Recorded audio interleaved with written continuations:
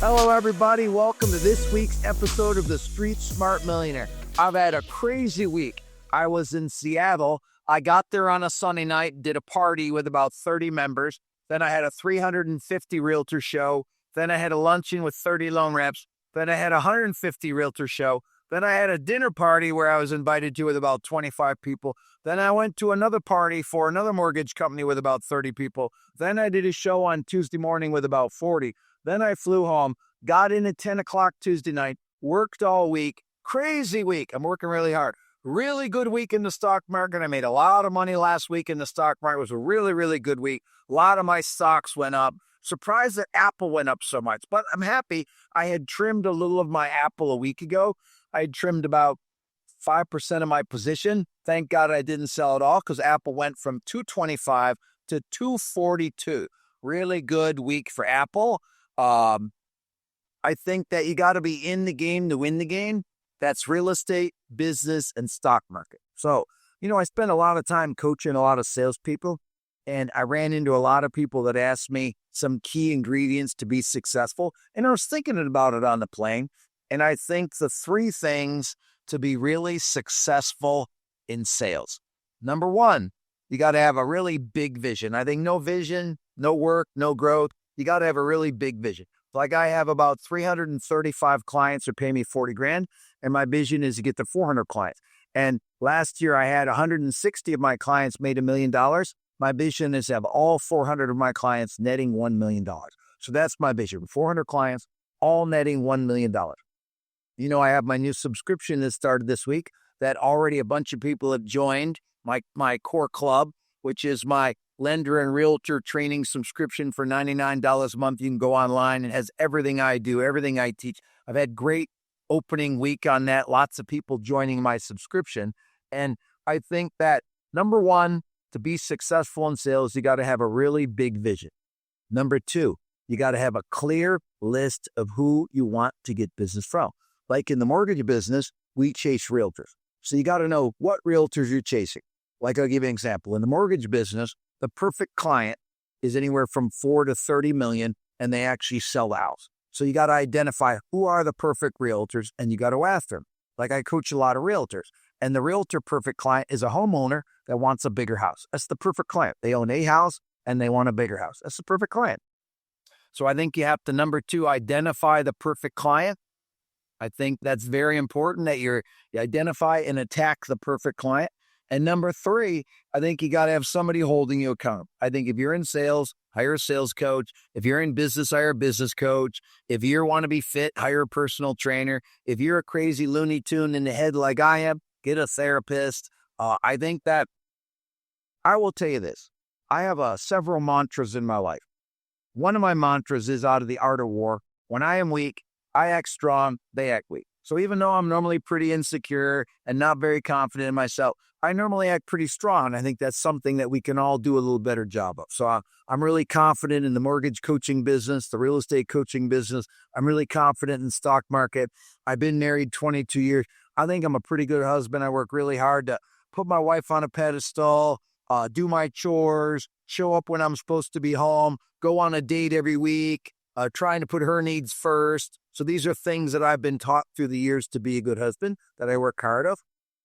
I got 2 daughters, 42 and 40. They're happily married. They love God. They own homes. They raise good children. I think if you're a good parent when your children have children. So my grandkids seem respectful, eat the vegetables, do some chores, get good grades. So because my kids are pretty good parents, I can probably take a little credit and think I was a good parent. Honestly, I think my first wife was a great parent. I think my first wife was fun.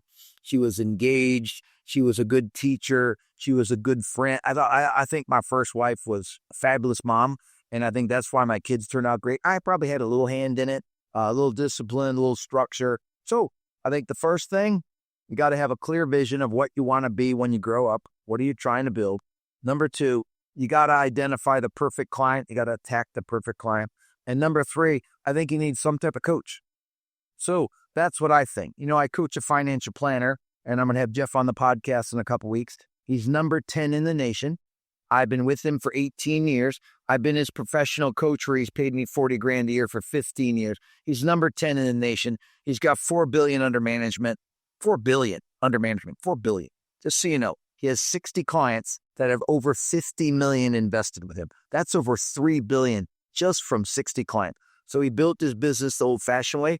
Everybody and anybody that he could get, he took his clients. Now he's really select and he only looks for really big clients and whale hunts all the time. Very good structure. So, I was with my number 2 loan rep that I coach and my number 1 realtor. My number 1 realtor is a guy named Adam. He's a great realtor in Seattle. He sells about 180 houses a year. He does about 200 million in sales. He does a really good job. And it's funny, I was coming back from Seattle and I was on the plane watching the iPad and I was watching like $1 million listing Los Angeles. Let me tell you, those 3 people are knuckleheads. They're high drama. They're not super professional. They spend way too much money. Now they sell a lot of big houses, so they do a lot of volume. But my top realtors, my number 1 volume guy does 180 units. I got a girl in Cincinnati does 350 real estate sides a year. That's 30 a month. I got a guy in Tucson that does the same, 30, 35 deals a month. So I think there are some people that do really big deals, and there are people that help a lot of clients. And I will tell you this. I think that if you cater to your clients and you make it an experience and just blow them away, they will refer you lots of people. And I think that I've built my business on that. And it's funny, when I was coming up, I joined a program called By Referral Only. And I love the name of that program. I worked for him. I was a client for a year. Then I worked for him for 6 years as a speaker, and it's where I learned how to be a public speaker on stage.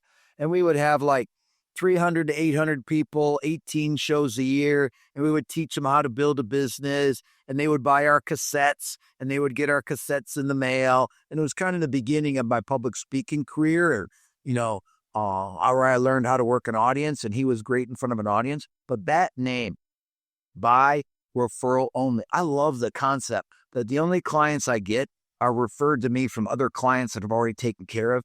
That's really the ultimate sign of respect. When somebody cares, that feels you did such a good job for them, that they refer you their friends and family. And I think we've kind of gotten away from that in business, and where we're like do a lot of stuff online, do a lot of internet. I'm not a big fan of it. So for me, I coached some guys today. Today was my coaching day. I coached some guys today that are struggling. And I told them no emailing, no texting for 2 weeks. Anybody texts them, they call back. Anybody emails them, they call back. And they're like, wow, Rick, I send 100 emails and texts a day. Not for the next 2 weeks. So just so you know, I make 45 outbound calls a day. My number 1 realtor makes 60 outbound calls a day. The guys that work for my coaching call center that call people that saw me at seminars, they make 100 outbound calls a day. If you want to make more money, make more outbound calls. Now, if you call the right people and you say the right things, you'll get a lot of business. If you call the wrong people, say the wrong thing, you'll still get a little business. So even if you make bad calls with bad scripts, you'll get some business. Salespeople cannot outweigh the number of phone calls you make a month. I want to talk a little bit about building a team, because once you get rolling and you're starting to make some money, you got to have some support. I believe the first hire in all industries is an admin, somebody that manages your schedule, somebody that manages your data, somebody manages your gifting, somebody that manages your marketing. So the first hire is an admin, somebody charming and organized. Doesn't matter how old they are, young, old, middle-aged, male, female, doesn't matter. They got to be charming and they got to be organized. Now, I will tell you this. My schedule is really busy. I have 37 loan reps that work for me. I have 4 locations. I have a coaching company with about 1,000 clients across the board.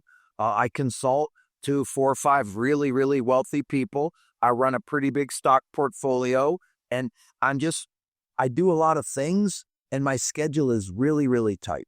So my young lady that takes care of me is Victoria, and we work on my schedule every single day. So what I do is I print the day at a glance and I print the week at a glance. And you got to have your schedule printed. This is a big one.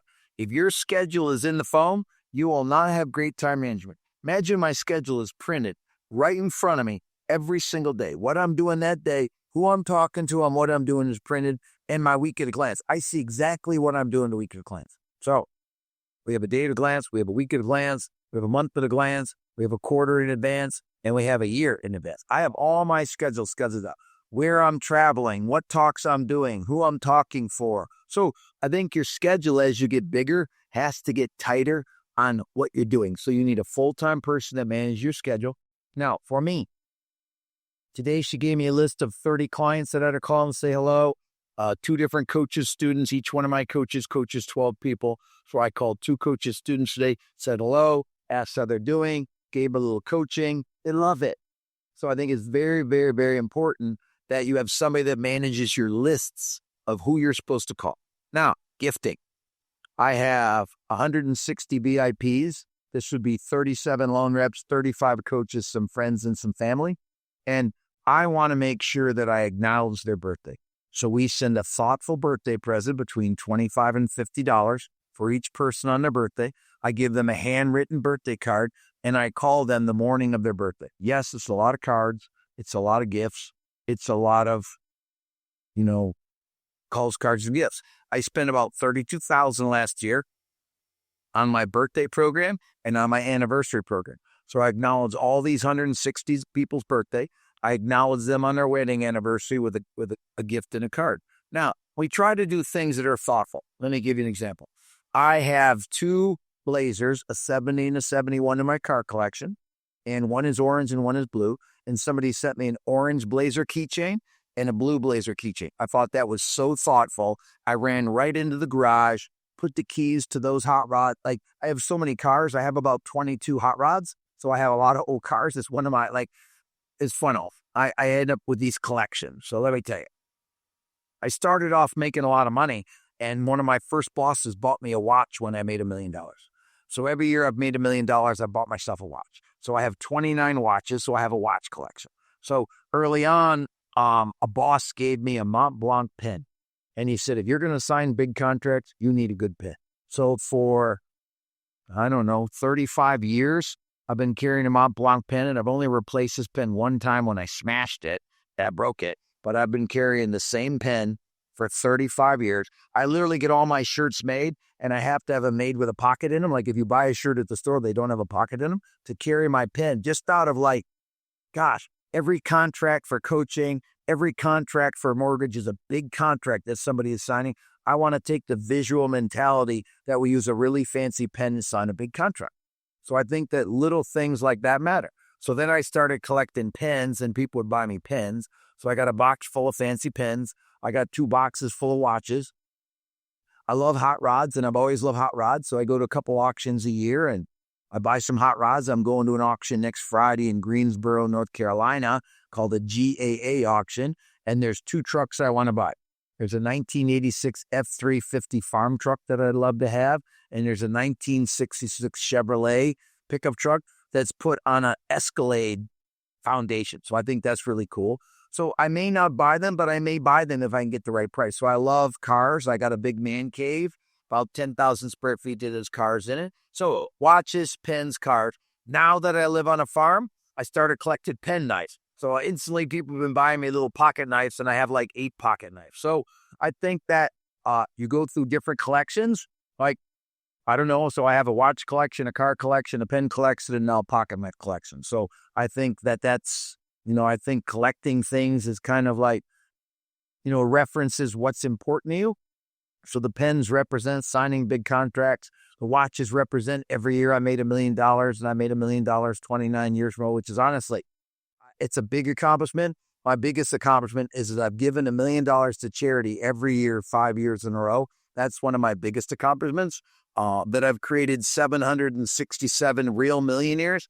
That's a big accomplishment for me as a coach and a teacher. So I think you got to look at your life as you get older. What are some things you're proud of, and what are you things that you want to continue to do? For me, I want to help some more people, get $1 million on their W-2, get $1 million in the bank.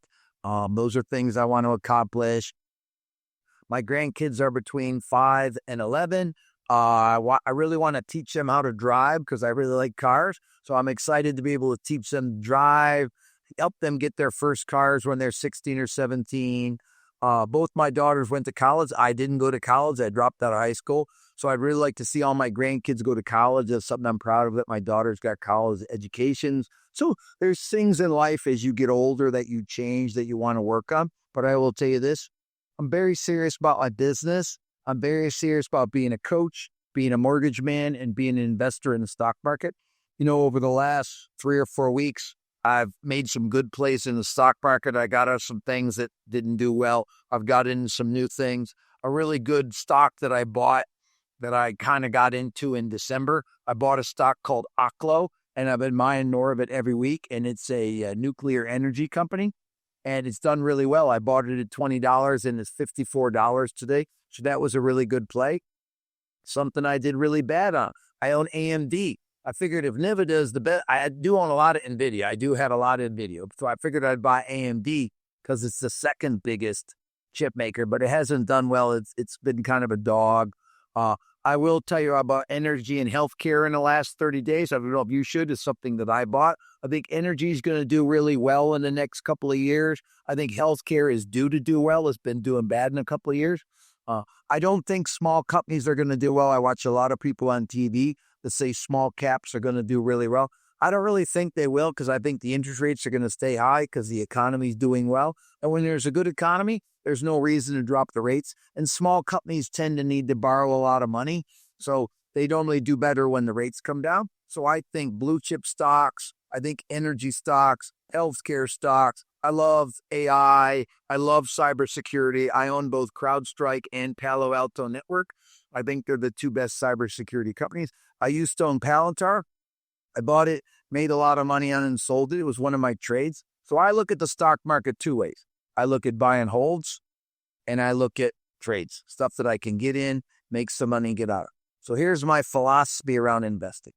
S&P 500, 7 to 10% a year. Blue chip stocks, 10 to 12% a year. Aggressive stocks, 15 to 200% a year. That's kind of how I look at what I'm investing in.